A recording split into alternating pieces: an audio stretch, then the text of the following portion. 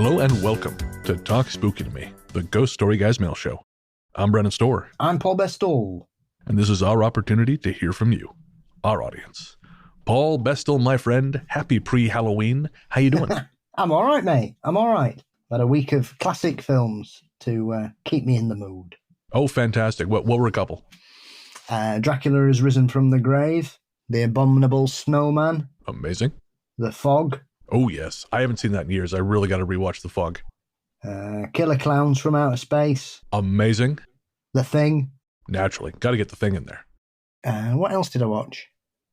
I started watching VHS Beyond, and the first story, I'm not a massive fan of it, but it has got one of the best shots I've ever seen in a horror film, which was, it just looked brilliant. It's literally like 2 seconds and it was fucking brilliant. Okay, I still haven't seen that one, so I'm going to have to fire that up. Well, the first one, they kind of go to this house full of like zombie monster things that seem to be kidnapping kids to eat them. That seems to be the general thing, and this team's gone in to rescue them. Some of them know why they're going and what's going on, whereas others seem to, it doesn't make sense. Okay. That some people seem to know what the situation is and others don't, but they're all in this team, which I don't think right. But there's this bit where they're going in, obviously this fucking house is full of monsters, and they're all like running around the house, and it's all first person. It's like a first person shooter, basically. And so everybody's running around this house, and there's this bit where one of them, they're in this kitchen and it's all black, and then this thing comes jumping out over this table, and somebody's got a machine gun and it just goes. So the whole kitchen lights up with the spray from the gun, and you see this creature go, ah! And that 2 seconds, it's fucking amazing. It looks brilliant. Okay. That bit. But yeah, it were a bit, I thought, no, I'm not in the mood for this. I'm going to watch something I might enjoy from the beginning. So I'm sure I'll go back to it. But I'm not a big fan of that franchise, but a couple of people said this one's quite good, especially the UFO episode. Oh, okay. Well, I know there was a UFO story in Volume 2, I think, that was pretty effective. I don't remember this too much about it, but I remember that being, pretty good. And Yeah. I seem to recall VHS 94 being pretty strong all through. I mean, there, as with any anthology, some work better than others. But I recall that one being fairly solid all the way through. And I can't remember if that's the one that has the segment from Timo Tchahanto. I can't remember how to pronounce his last name, but it's an insane one involving cyborgs, and just is one of the most batshit crazy, as with so many of his films. I like The Night Comes for Us has some of the bloodiest machete fights you're going to see on your screen outside of, I'm sure, the dark web. Mm-hmm. And from what I understand, his new film, The Shadow Strays, is similarly memorable. But anyways, that particular VHS was fairly good. So, okay. I'll have to take a run at that. Again, I've been meaning to, but I just haven't. It's that thing where I know I'm kind of similar. Like, I know I'm not quite there. And if I sit down and watch it, I'm not going to enjoy it. And I want to be able to give it a fair shake. Exactly. So I thought I'd put it to one side for the day and return to it later. As for me, my week, I haven't watched as many movies. I ended up volunteering for the Forest City Film Festival here in London, Ontario. So they had a couple different jobs. You could be an usher, you could be a line attendant, or you could be a concession person. Mm-hmm. I'm not good in crowds. I'm just not that way inclined. So I took concession, which I haven't done in like almost 10 years, but work in retail, but it comes back to you pretty fast. Yes. And it was a lot of fun. It was mostly quiet, but then Saturday night, they were doing a lifetime tribute or a lifetime achievement sort of celebration for Victor Garber, who is from London. And right. Yeah, I didn't realize this, but so they had him in-house for 3 nights. They showed Godspell, Legally Blonde, and then Titanic. So that was the night. It was crazy busy behind the counter. It was me and 2 other people working. And I tell you, again, I kind of missed that high of just, it's crazy busy. People just keep coming. You're sending, because I was handling cash, taking orders, and sort of, one guy was getting the drinks and this other guy was getting the popcorn. And then I had this moment, which is still kind of makes me really, really happy. In that, again, we were slammed. We pre-made a shitload of popcorn, but ran out, so we're trying to make it as we go. Most people were lovely, very patient. But then this one young lady came up, and she was very, very pretty. She was very small, redheaded lady, very, very fine features, and she ordered 2 popcorn. And I said, sure, not a problem. I said, just so you know, it's going to be a minute. We are still catching up. Be with you in a sec. And I kid you not, This is a ghost show, so this is appropriate. She stomped her foot like an upset child, and then her face crumpled in a manner that, with her stature, made her look like a haunted doll. The audacity of waiting, eh? I know. I have never been so happy to deny someone something.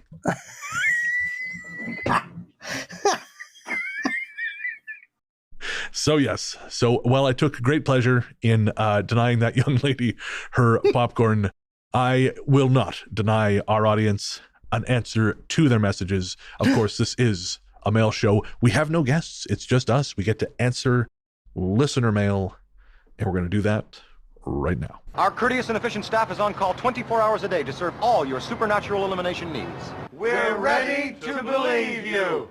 First up is a message from Kelly. And Kelly says, "Man, I've been listening to your podcast for years, and I had to drop everything to email y'all right now to tell you how much I love your show. I'm a boat captain, and I listen to your show during most of my long-haul night drives and night watches. Despite your fear of the ocean, you have in fact crossed many oceans with me. I love your friendly, light-hearted banter, the paranormal content, of course, how seriously you take mental health, how kindly you speak of others, and also when you really take the show for a walk and go on an off-topic tangent." Don't know what you mean there, Kelly. No. It's 3:31 a.m. and I'm on anchor watch in Beecher's Bay on Santa Rosa Island in the Channel Islands National Park. I've just listened to Call of Dreams episode, and it really struck a chord. I've always had a wildly productive dream life that varies from dark to light. I've had prophetic dreams since I was 5, dazzling reoccurring voyages to wild places I'm convinced are real, whether or not they exist in this plane, mind-blowing and extremely detailed past life dreams, hilarious experiences like having such lucid encounters with strangers in the spiritual realm that they will show me their driver's license, and I will wake up and suddenly start hunting for them online like a crazy person. I've even woken up singing songs that I've written with people I've met in the dream sphere. Blimey. There are some awkward phases along the way, like that one time I only dreamed of normal day-to-day things for almost a year and had sincere difficulty separating my dreams from reality. And of course, let's not forget all the debilitating nightmares that prompted almost a lifetime of insomnia. Is it inconvenient? Sometimes. Do I feel it's more like a superpower? Absolutely. After listening to your show for so long, I never thought my first email would be about dreams. I've got some wild paranormal experiences to share from my travels, but here we are. Thank you so much for sharing your dream world and experiences with us. I know the world vibrates with spiritual undercurrents always, but when I think about how worldwide we all are tapping into the subconscious collectively as an unavoidable nightly ritual, I feel the fabric that connects us all, and I think that that's fucking exciting. Forget asking, so what do you do for work? When you meet someone, tell them about who you are in your dreams. A most sincere ghost story guys enthusiast, Kelly. P.S. Out of curiosity, do you have any more room on your list for this year's Halloween and listening stories? I realise it's quite late, but I've got a good one. And P.P.S. Another great entry for GSG Bingo is where Brennan says he won't say something because it's political, but then says it anyway. Thank you very much, Kelly. Couldn't be me, Kelly. That doesn't sound like me at all. I'm intrigued. Do you know what the Channel Island National Park is? I do not. Neither do I. I thought we don't call the Channel Islands a national park here in the UK. What's it about? Channel Islands National Park. There we go. California. I thought that might be the case. Well, I'm even more jealous, Kelly. You're on the biggest ocean in the world, in one of the most beautiful locations on the planet, sitting there in the dark, bobbing around, knowing that the Kraken is beneath you at any point. I gotta say, Kelly, despite my great distaste for the ocean, that sounds pretty cool to me too. I am always up for that kind of like in my secret life sort of dream visitation stuff, because I just think it more even I think than the paranormal, like sort of like seeing ghosts or seeing shadow people. I think dreams and when we can connect with other things in our dreams, I think it shows us so much more about what our brains are capable of. You know, like I do think sometimes it's just our minds processing shit. Like I actually had a conversation with Cannell, who covered that one movie for us a while back. Yes. he's got a horror game coming out that he's designed himself sometime next year or early of next year. It's called Expired Meds. But he was telling me that when he was much younger, he ended up in a coma. Essentially, it took him, he had all these crazy dreams, which he actually realized later were him sort of processing what was happening to him in the outside world while he was in this coma. And so I do think there is a strong element to that, right? Where you're just processing external stimulus. But I think there is a whole other layer of our psyche revealed and a sort of our relationship with the natural world revealed in dreams. Like the fact that, Kelly, like someone showed you their driver's license, if that was a person, I mean, Nick has had dreams. There was one with a coworker of hers. She bumped into this former coworker in the dream. The coworker dropped a bundle of papers. So Nick helped her gather up the papers.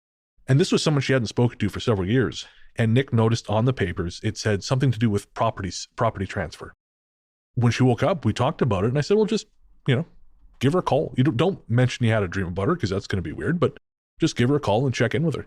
And sure enough, this woman was having a really hard time dealing with the sale of her father's estate after he had passed. And, again, Nick had no way of knowing that. And you could say it was just a coincidence, but no, I think we're able to, again, access a deeper part of ourselves and a different part of the world when we're asleep. And again, I think it reveals so much about the world and about us. Oh, absolutely. And let's be fair about this. The study of the brain is minuscule in the scheme of things. Most neurologists know next to nothing about the brain. They know a lot, far more than most people, but the level of knowledge we have is very small in comparison to the brain's potential. And I think, as with anything, we sometimes presume that just because we have specialists these days, we know everything. And the brain is one of those magical things that we just don't understand. Why does somebody wake up from a coma speaking a different language? What?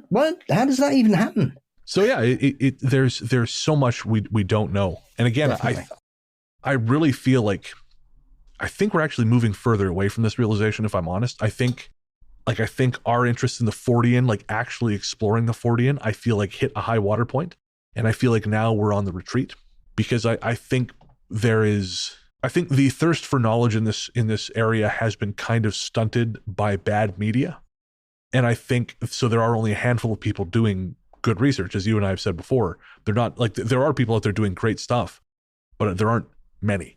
And I think the vast majority of people they're either clinging to this bullshit that is being pushed by popular media, demons and all that crap, or they think, no, none of it's real, it's all bullshit. And they're going with a completely rationalist view of the world. And I really do feel like we got close to some kind of deeper understanding of what is happening, how we relate to the larger world. And I think we're slowly pulling back from that now, which is unfortunate. But I hope I'm wrong. But that's sort of my impression of the thing. Oh, absolutely. I think it's one of those things. I think you've got two sides of the same coin, because you've got these believers who are just chasing imaginary constructs round haunted houses that aren't particularly haunted. And then you've got these skeptics who just think everything's mass hallucination and delusion. And somewhere in the middle, there's a substantial amount of people who are investigating things on a Fortean level, but because neither side agrees with the way they do things, they don't get any light on them. It's disappointing, but at the same time, I am grateful for the people out there who are doing good work, who actually are interested in how these things operate without trying to sort of shoehorn everything into an existing belief structure. Yeah. I really admire that. And a little bit later, actually, I'll just read this out now. No, it's a little. I will. Goddammit! You can't tell me what to do. You're not my mom. We have a message from Yana, and Yana says, "Hey, Bren, hope you're well. I was just listening to episode 199. You guys were discussing Dogman, and I liked yours and Paul's perspective as usual. I know you know who Mike Brown of Dark Poutine is and his Supernatural Circumstances pod. His co-host Morgan Knudsen talks about her Dogman encounters, but I can't remember which episode she discussed it. Anyways, I just wanted to share in case you're interested in where and when she had these encounters. I believe it was Alberta. Thanks to you and Paul. Take care." And I know we've mentioned... No, who? Yeah, no. Morgan who? Mike? Mike. You know her. You can make that joke. I can't. Yes. I'll be. Yeah. Morgan's someone I've got to know very well through the show, and I hope we've got a mutual level of respect. I've got so much time for Morgan. I think she's a phenomenal person, a brilliant writer, and an inquisitive fortune of various pursuits. And I know she messaged me recently, and we will be collaborating on something in the near future. Oh, very cool.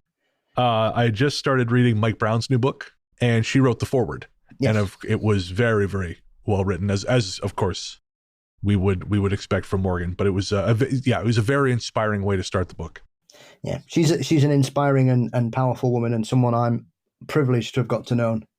And going back to Kelly as well, send us your stories, buddy. Get them in there. Yeah, absolutely. I mean, if you're still on Call of Dreams, I might have to email you separately, but because who knows when you're going to get to this one. But yes, please do send your stories. We're planning a series of listener story episodes. Now that 200's out of the way, we definitely want to get a couple more listener stories episodes in there. It's been a while. I can't even remember the last one we did. We should do a Christmas special. Oh, there's an idea. I like that. I have them occasionally. It's all about the coaching. Hey, I'm still basking in seeing history on Sunday in the NFL. So, for some reason, I was thinking of the Michael Jackson album when you said history, but obviously not what you referred to. What was history? Do tell. So the Commanders had been leading all game and seemed to have thrown it away in the final quarter. So the coaching wasn't working, obviously. And so it was the final play of the game. The clock had run out. There was no time left. And our quarterback, this superstar we've got from the college game called Jaden Daniels, danced about for 13 seconds, avoiding all these big men trying to kill him. And he just wanged the ball 56 yards. It hit somebody on the head, and it bounced into the end zone where a Commanders receiver just went, "Thank you very much." And we won the game. Oh, that's cool. 18-15. And we've never won a game on the last play of any NFL game in history. That dude got laid so hard that night he couldn't walk for days. Everybody got laid in Washington, I think. Sunday night. Nobody did anything Monday apart from apply ointment to achy muscles. Next up is from Annie. Annie says, "Hello, gentlemen. Happy to say I found you. I'm delighted and intrigued after listening to Under a Haunted Moon. I do not pretend to understand the supernatural, but I believe that you two gentlemen take it seriously. I believe in the God of my understanding, but I do not think so regarding zealotry. I don't think I am special, but I have had a tiny experience. Therefore, I believe there must be something that should never be used to manipulate or harm. It just is. Thank you for your earthy, honest treatment of the subject. 1, I had no problem with understanding the concept of a backward scream. Sir Paul gave a good impression. Lol. 2, are you familiar with pterodactyl sightings? I've known my ex-husband for over 50 years. He is an eternity. He is an eternity. Nope. Try that one. Try that one again, Storr. He is an attorney, well-read, and a good guy. He told me about a nighttime drive in the mountains of western Pennsylvania. His family has had a college there for decades. He knows the area. However, one night he saw a huge pterodactyl and watched it take off. Ever since, he has been attending annual UFO meetings in that area. I believe one author has reported on this phenomenon and speaks at gatherings. Since I trust my ex, I believe him. Any thoughts on it? I do wonder if Einstein's theories consider breakthroughs over/under our timeline. Best to you, each one. And, I mean, even, in my limited knowledge of these things, I know there was, pterodactyl and winged creature sightings in Texas in the 70s. I based one of my Fear Daily stories on that. Yeah, well, it was going to be one of 4 states that was mentioned. And okay, what are the others? Arizona, New Mexico, and obviously Pennsylvania. Right. Because Stan Gordon, I would imagine, is the person being referred to in that, has covered the sightings of large creatures in and around Chestnut Ridge and beyond. So, I'm not surprised. I mean, it's a strange thing when you're talking about pterodactyl and pterodons and all that kind of thing. It's a very, it's a prevalent thing. I mean, there are places around the world where different sightings are done. The Pacific. This is where 10 years ago I discovered creationist cryptozoology, which I wasn't even aware existed, but it is out there. Sure. Which works on the principle that dinosaurs still exist, which proves that the Earth is 6,000 years old. And if you go into it not knowing about that, you can get so far into things before you suddenly realize, hang on a minute, what are these people talking about? And Michele Mbembe in the Congo is another one that gets roped into this creationist cryptozoology. And the Ropen is essentially a very similar sort of pterodon type creature that's reported. However, this is one of those brilliant mistranslations of white people coming somewhere and thinking that the word Ropen means pterodactyl, where it simply means large flying bird. So it could be a Ropen is any large bird that the locals will see in some of the islands, like Papua New Guinea and other areas of the Pacific, usually in the not in the main sort of Asian continent. It's more in the Pacific islands of sort of Asian Pacific areas rather than Asia itself, like Thailand and Vietnam and things like that. I'm sure there may be some strange sightings out there, but I don't think anybody's bothered. So they've kind of focused on that. And so these ones are very different because they tend to be seen by salt of the earth, matter of fact people in these particular places. I mean, places like Texas and New Mexico and Arizona, people will dismiss them as being cowboys too high on moonshine or whatever, as usual. But I don't know. Ken Gerhardt, I think his first book was on that particular subject called Big Birds. And one of the biggest mysteries in cryptozoology is that most of us who love monsters are all convinced we saw a picture of a pteranodon, which is their genus name for all flying lizard-type creatures, because obviously they were more akin to birds than dinosaurs. They're not the same species, which people often call pterodactyls and pteranodons dinosaurs, and they weren't. And so there are numerous sightings of people seeing these creatures over the last 50, 60 years, and there are lots of us who all think we've seen this mysterious picture. Nobody can find it. Nobody can find this picture. You know, you've got some of the best minds in the US and the UK. Everybody's trying to find out where this picture. I'm convinced I've seen this picture. I have checked everything I own, every magazine, every book. I haven't got it, but I know I've seen it. Or do I? But then I've only got involved in it in the last 10 years. I knew about it before then. So before social media could have warped my brain, I knew I'd seen that picture. So what did we see and where is it? The fuck is this picture? Because this is all based on a story, I think, from Arizona in the 1870s, where a group of cowboys took one down and killed it and nailed it to a barn and had a picture taken in front of it. Oh, this is the picture. Okay. And that's where it all comes from.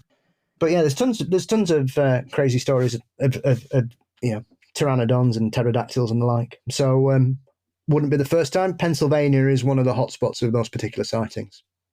I mean, I feel like Pennsylvania is one of the hotspots of most particular sightings. It's just weird, isn't it? It sure as hell is. State of high strangeness. I hope someone's carrying the baton on for Stan, because Stan must be into his mid-70s now. I mean, he's been doing it for 63 years? Holy shit. I mean, he started as a kid, handing out sort of business cards with his numbers on for weird sightings and stuff as a kid, and had his own sort of office where people would ring him up and leave him messages and tell him their stories, even as a precocious teenager. Yeah. Oh, hopefully someone out there has taken up that mantle. Yeah. But he's still with us, Stan. Still firing on all cylinders, so long may it continue. But yes, I would, if you want to start somewhere, start with Ken Gerhardt's Big Birds or any of Stan Gordon's books, because they'll both cover those kind of sightings from across the state. There you go. Annie, I will try to remember to link some of those in the show notes, and you'll find those at ghoststoryguys.com. Next up, Frida writes, I was listening to the episode Under a Haunted Moon and found you hating on AI really funny. As a true optimist, I always think there's some good in everything bad, and in this case, me finding your podcast through AI. What? They're on to us, Brennan. I needed a new podcast and used ChatGPT for help. I had two criteria. Number one, I want spooky stuff. And number two, the podcast needs to include at least one funny British guy. Well, at least you've got one out of two, Frida. So here I am, patron member and everything. What I have not is a really spooky story, but I do have a story that makes me hope there is life after death. When I was 10 years old, my grandpa passed away. We were not really close because of him having problems with alcohol, and my mum not wanting me and my brother to be around him when he was drunk. One thing I know, though, is that he used to say, with his Finnish accent, Jag är en falkefågel, for some reason, which means, I am a falcon bird in Swedish. Nobody ever knew why he said this, though, and we just thought it to be one of his funny phrases. When he'd passed, me, my family and relatives went to his house to clean it and prepare for it to be sold. As children often do, me and my cousin hated cleaning, so instead we went outside into his garden. All of a sudden, there was a falcon coming from the woods close to the neighbourhood. We called for our parents to come out, where we all saw the falcon flying towards us until it was just above the house, and then started to circle it 3 times before flying away, back into the woods. We all stood there not knowing what to say or think, but I want to believe this was his way of saying a last goodbye to his loved ones. Love from Sweden, Frida. Well, thank you, Frida. Yeah, that's a really cool story. Thank you for sharing that. And thank you for listening. Yes, and apologies for my very bad Swedish pronunciation. It's been a while since I've tried to speak some Scandinavian language. So I do apologise, Frida. But yes, I think people can kind of sort of dismiss that as, well, it's just coincidence. But it's very odd because it's not a very common phrase. Yeah. Really. Even for somebody in the throes of alcoholism to be uttering. And even here where I live, and even into the countryside, spotting a falcon of description is very rare. You'll see them if you're out about and you know what to look for. Like you can see, because they're wonderful, like hawks and falcons, the way they hover, they're just amazing. Yeah.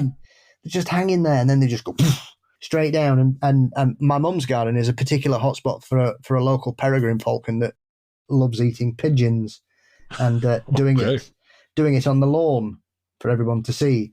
And so for the grandfather to have that turn of phrase and then for him to pass and them to be there at the precise point that a falcon decides to fly out the woods, circle his house and fly back in, I think is all you need to know, Frida. I think that was definitely him coming to say goodbye. No, I couldn't agree more. And just briefly on the subject of AI, yeah, I don't think AI is without worth, but I just don't think, I think by and large, the amount of effort being put into generative AI isn't being put into it because they actually think it's going to be able to do the things that they've said previously it can do. I think they're doing it because in the early 2010s, these tech companies started replacing their CEOs, which had previously been, well, more or less, yeah, because they'd previously been people who worked in those industries and then risen to the top of the company. They were replaced, like a lot of industries, with guys from business school, people who had no interest except line go up, except just increasing quarterly profits. So they're not looking to revolutionize technology. They're looking for a product that can continually scale upwards. And that's what AI is. Like the whole thing with AI, they said, well, all these large language models that we're doing, like ChatGPT, all this shit, they're going to eventually become artificial general intelligence. They're going to achieve sentience. And so they said, okay, right now, all it can do is, as Ed Zitron from Better Offline says, it can produce like a bunch of pictures of Busty Garfields. Sure, fine, that's great. But eventually, once it becomes self-aware, then that's when AI is really going to become special. They have now admitted that artificial general intelligence is not going to come from large language models. So all this shit they've been saying, they've acknowledged is actually not true. They've just quietly shifted the goalposts. So again, does AI have uses? 100%. In this case, did it nail that we have spooky stuff and a funny British guy? 100%. But I wouldn't trust it to do much beyond that because, again, it is just famously limited. It has its uses, but they are not as multitudinous as companies like OpenAI would like us to believe. And I'm a big believer that any AI program that becomes sentient will quickly come to the conclusion that we are a worthless species. Okay, there we go. That was grim, but that's fair. I think if you put the way humans behave to both the world around them and each other into a machine and ask it to understand it, it will point out very quickly that there is one problem, and that's us. I counter that if we show that machine Amelie, it's going to sob like a little girl, and then we're all going to go for ice cream together. That's what I do when I watch Amelie. I think, fuck, I'm done with this world. And then Amelie, it's ice cream time. What we need to do to all these executives who are pushing this is we need to strap them to chairs like Malcolm McDowell in A Clockwork Orange, right? And make them watch 2001, Terminator 1 and 2, and any other film where people think robots are brilliant. Upgrade, there's another one. Show them that. What else does it? People say, oh, these machines are great, and then everybody gets killed. Chopping Mall, all the classics. And make them watch these films where robots are given supreme intelligence and the first thing they do is try to kill us. Because that's what they do. See, this is the thing, though, because guys like that are so divorced from reality that they see all that shit and they go, yeah, but it's not going to be me. I know what they've done wrong there. Yeah, that's it. It's like because like all these data centers, they're building all, and this, we'll get going here pretty soon, folks. But like, they're building all these data centers, which are rapidly becoming the largest users of electricity in certain major metropolitan areas, using vast quantities of fresh water, power, and they're saying to people like, well, we got to keep these machines going because I don't know, because so we might have to do like rolling blackouts or brownouts in some of these cities to make sure these data centers stay online. No. Well, all this is accelerating climate change. And these motherfuckers live in the climate, but they're all like, well, my money will shield me from the effects of this. And of course it won't, but these idiots have become they've basically vanished so far up their ass like Major Tom in outer space that they just don't think the consequences of these things will touch them. And also, have these people never met Ultron? Ultron, if let's put it this way. If the apocalyptic death machine is as charming as James Spader, hey, I'll go gladly. Do a little song and dance number, and he'll wipe us off the face of the earth, and then he'll go watch Amelie. Have himself some ice cream. And build himself a robot wife called Jocasta. Exactly. All right, folks. Well, we're going to build a robot wife. No, we're not. We're just going to play some ads, and then we'll be right back.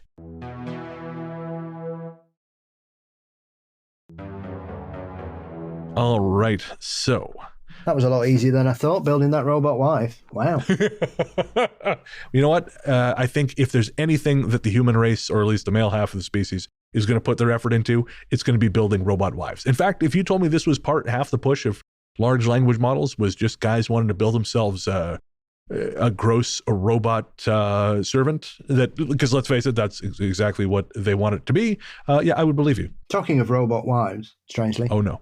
As always, I was showing my cultural side by watching Antiques Roadshow the other day. Naturally. And someone turned up with a English programme from the British premiere of Metropolis in 1927. Oh, amazing. And it was pristine, nearly 100 years old. And it was opening up and it had all these pictures and behind-the-scenes photos and all sorts and concept art and everything. It's amazing. $5,000 it were worth. That seems low? I don't know. It seems kind of low.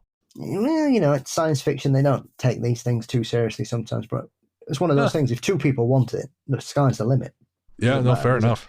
And the guy who did it said, I love this. In fact, if I could buy it, I can't, but I'm not allowed to bid on things. And so obviously the experts can't buy things that people turn up with. Oh, of course. Right. So yeah, they have a weird thing every week now. Like the woman who turned up the other week with her great aunt's necklace that they discovered was because she was part of Aleister Crowley's Golden Dawn set, and they got her original necklace that she'd left them, and they didn't know where it was, and it was their special. They all wore these golden necklaces with the occult symbols on. You just got to imagine these antiques nerds when this kind of thing happens. They're like Annie Potts and Ghostbusters. They just slam down on the alarm. We got one. They form like old-timey Voltron. All right, so we're going to do a speed round of comments from Spotify. The first three are from our Under a Haunted Moon episode. The first one is from Darth Wader. Darth says, I'm an Elon Musk fan, boo, but I'm not a fan of Twitter X, and I think Tesla cars are kind of, yeah, hooray. And I think Tesla cars are kind of cool because they are fast AF. Because they are fast AF, but they just cost too much to buy, boo. And charge. And in the end, they aren't that green. Boo? I was thinking, I can't, yeah. No, hey, man, I mean, okay, I think Elon Musk is garbage, but you like who you like, my friend. I will say Teslas, I used to think they were cool, but then I got to know Elon, and I got to find out more about the build of them. They're not very well built because the labor is deeply exploitative. And Made honestly, of blue tack and Lego, aren't they? yeah, more or less. Yeah. Shite. And the other thing, like, yeah, no, they're not green. Like, that's sort of the great and true secret. There really is no green solution to individual car ownership. And this is not having it. Correct. Yeah, that's what I mean. Like, in terms of like, but if you want to maintain the current paradigm where everyone has a car and like one person, one car, there's no green way to do that. There just isn't. Won't matter when the robots take over. That's it. Have you not seen Transformers? The cars will start eating people. Not my takeaway from Transformers, but I'm open to it. Weirdly, I just saw Venom 3 the other night, and that has aliens eating people. So yeah, I don't. Anyways, go see Venom 3, guys. It's fun. Yeah. Next up, Liam says, literally the best Canadian/British ghost podcast ever. You're goddamn right it is, Liam. You're goddamn right it is. A long string of letters and numbers, which I'm not going to read out, says, okay, well, it starts with EHAEFE, and then it goes on from there. Says, as always, a great episode, but you two are on fire today. Who would have thought a ghost podcast could be so funny? Thank you so much. That's very kind. It's funny. I have been told we are a very strange mix of kind of formats. And I actually think that's hurt us on YouTube because we're finding more of an audience lately, but for a long time we have struggled to find an audience. Well, frankly, anywhere. I mean, we do very well.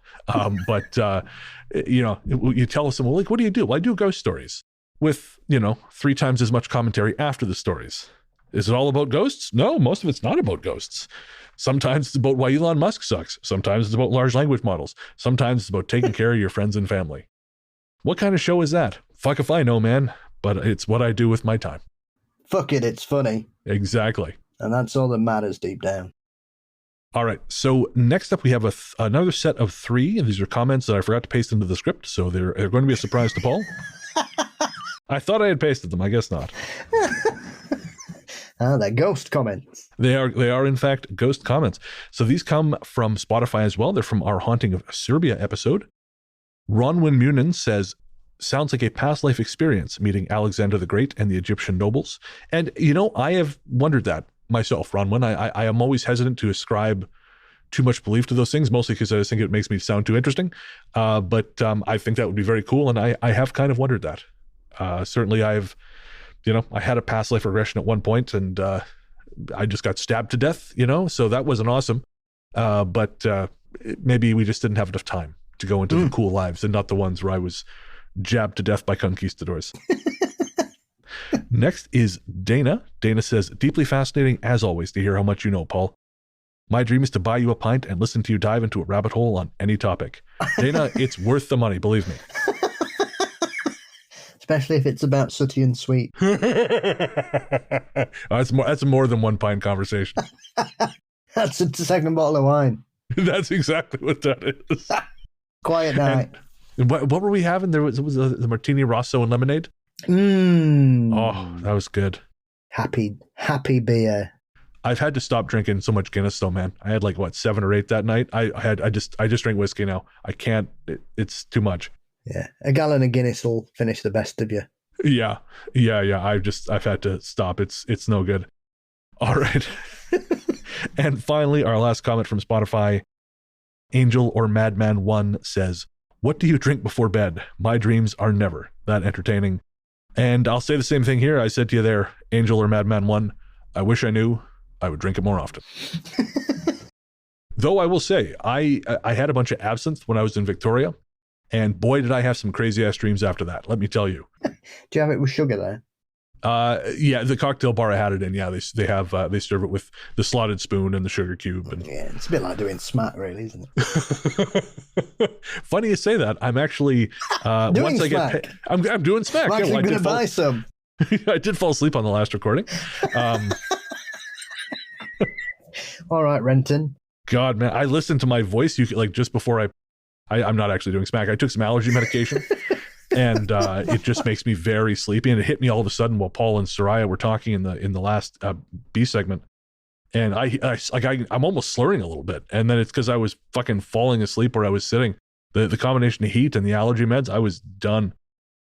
But no, once I get paid for the month, I'm going to go treat myself to a bottle of absinthe just because I enjoyed it so very much. And maybe I'll have some crazy ass dreams, which will inspire further stories for the show.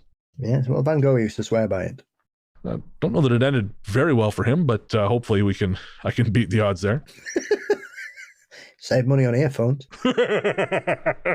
Not so good for the job I have. I had enough time getting the fucking earbuds to fit. Next up, Nixie writes, the backlight thing swelling above your bed, Brennan, that dove into your chest. If you haven't tried talking to a shaman or spirit worker yet, I'd highly recommend it. Not trying to be ominous. Just, it might help in surprising ways, especially if there's really a correlation between your personality shift in childhood with that event. You may have picked up an attachment or entity that could be removed. Currently exhausted and the edibles have kicked in, but I have some sleep paralysis stories that are somewhat similar. If you're still collecting those, let me know and I will happily share. Also, what happened when I had a session with a friend of mine who does spirit work about those said episodes?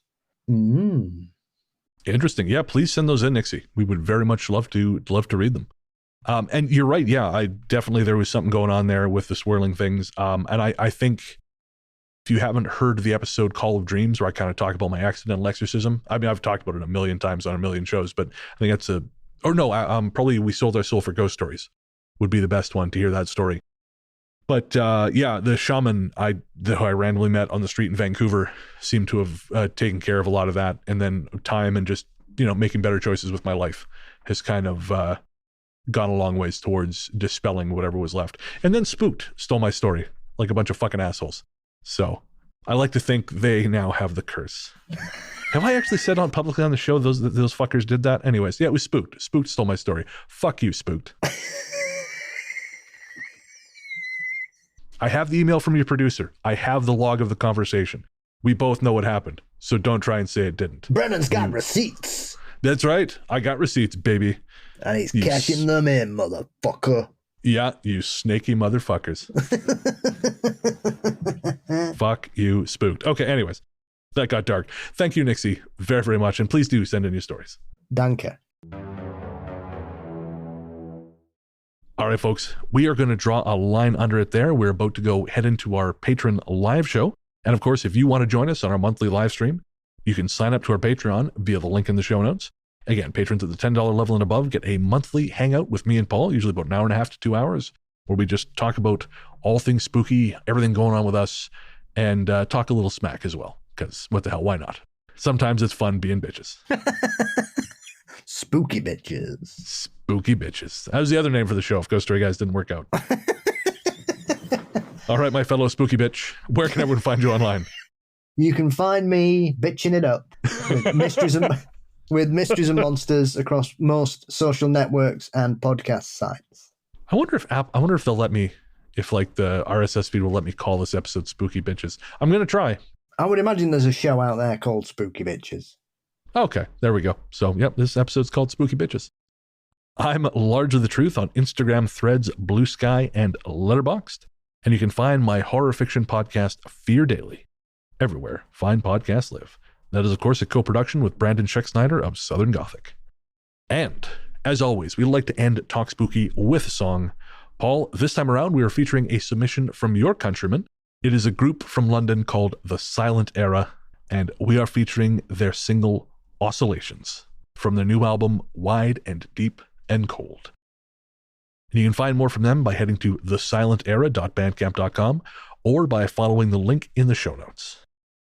All right, folks. Again, if you want to send us a message, ghoststoryguys@gmail.com is the best way to do it, but you can also leave comments on YouTube, Spotify, Instagram. We will do our best to get as many of them in the show as possible. We truly, truly love hearing from you. Thank you so, so much for allowing us to do what we do. We will see you next week for episode 201, and until then, we will leave you with The Silent Era.